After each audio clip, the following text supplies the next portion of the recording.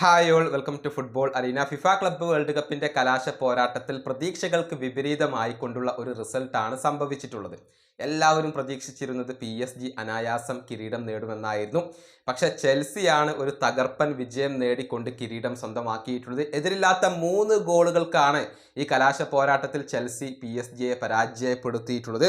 ആദ്യ പകുതിയിൽ തന്നെ 3 ഗോളുകൾ നേടിക്കൊണ്ട് ചെൽസി തങ്ങളുടെ വിജയവും കിരീടവും ഉറപ്പാക്കുകയായിരുന്നു. കോൾ പാൽമറാണ് അവർക്ക് വേണ്ടി തിളങ്ങിയിട്ടുള്ളത്. മത്സരത്തിന്റെ 22ാമത്തെ മിനിറ്റിൽ കോൾ പാൽമർ ചെൽസിക്ക് ലീഡ് നേടിക്കൊടുത്തു. മാലോ ഗുസ്തയുടെ അസിസ്റ്റിൽ നിന്നായിരുന്നു ആ ഗോൾ പിറന്നത്. പിന്നീട് 30ാമത്തെ മിനിറ്റിൽ വീണ്ടും കോൾ പാൽമർ വല കുലുക്കുകയായിരുന്നു. അതിന് അസിസ്റ്റ് നൽകിയത് ലെവി കോൾവില്ലായിരുന്നു. പിന്നീട് 43ാമത്തെ മിനിറ്റിൽ ബ്രസീലിയൻ താരമായ ജാവോ പെഡ്രോ കൂടി ചെൽസിക്ക് വേണ്ടി ഗോൾ കണ്ടെത്തി. അതിന് അസിസ്റ്റ് നൽകിയത് കോൾ പാൽമർ ആയിരുന്നു. ഇങ്ങനെ 3 ഗോളിലും നമുക്ക് കോൾ പാൽമറെ കാണാൻ കഴിഞ്ഞിരുന്നു. PSG-ക്കെതിരെ കൃത്യമായ ടാക്ടിക്കൽ തീരുമാനങ്ങളോട് കൂടിയായിരുന്നു മരസ്കയും സംഘവും എത്തിയിരുന്നത്. PSG-യുടെ ആക്രമണങ്ങളെ നല്ല രൂപത്തിൽ ഡിഫെൻഡ് ചെയ്തു. അവസരം കിട്ടിയപ്പോഴെല്ലാം കൗണ്ടർ അറ്റാക്കുകൾ നടത്തുകയും അത് മുതലെടുക്കുകയും ചെയ്യാൻ ചെൽസിക്ക് സാധിക്കുകയായിരുന്നു. അങ്ങനെയാണ് ചെൽസി ഇപ്പോൾ കിരീടം നേടിയിട്ടുള്ളത്.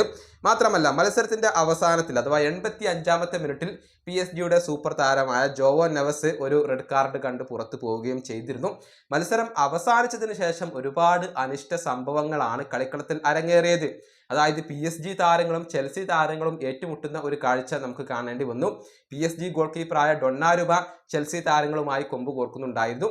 അതിനിടയിൽ PSG-യുടെ പരിശീലകനായ ലൂയിസ് എൻറിക്കെ ഇടപെട്ടു എന്നുള്ളത് മാത്രമല്ല, ജാവോ പെഡ്രോയെ അദ്ദേഹം തല്ലി വീഴ്ത്തി എന്ന് തന്നെ പറയേണ്ടി വരും. അദ്ദേഹത്തിന്റെ കഴുത്തിന് പിടിച്ചുകൊണ്ട് തള്ളിയിടുകയായിരുന്നു.